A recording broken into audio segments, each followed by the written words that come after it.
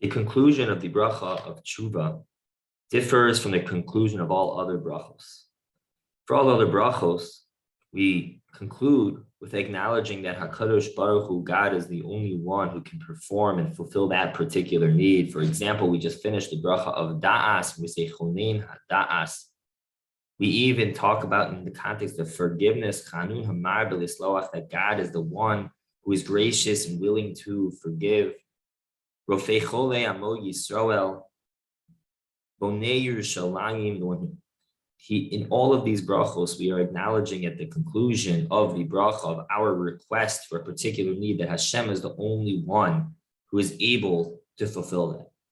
However, in line with the Gemara, which teaches us that Hakol bidei Shemayim chutz miyiras Shemayim, that everything is in the hands of God except for yiras Shemayim, except for our closeness to God, our willingness to connect with Hashem and to develop that yiras Shemayim, that is completely in our control. In line with that Gemara, the conclusion of this bracha of tshuva also differs, because instead of saying that God is the one who does tshuva, that would be impossible. God cannot do tshuva for us. But rather we say Harotzeh is tshuva, that God is the one waiting, eagerly awaiting. Once we begin to turn and act in a manner of tshuva, then chanun hamar b'lisloach, then God is the one who is so gracious and willing to forgive.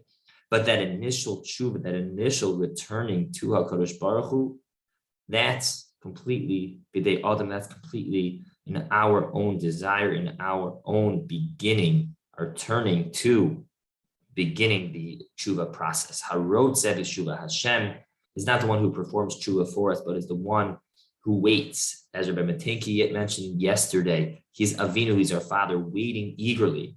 The father cannot cause the son to come back, but the father can wait eagerly.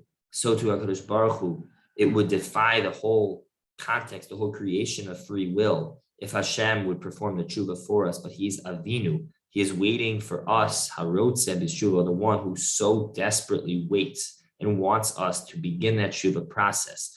And upon beginning that tshuva process, then Hashem can intervene. As we say, as HaKadosh Baruch Hu tells us to begin to take the first step, you open a needle hole, take the first step. Habali Taher Misayino, so one who comes to purify themselves, HaKadosh Baruch Hu helps them complete the process. God cannot perform tshuva for us, but God eagerly awaits our tshuva and will assist us along the way once we take that first step. Harotzeh is tshuva, desperately awaiting for our returning to HaKadosh Baruch Hu, and after which he will become, forgive us, and become closer than ever before.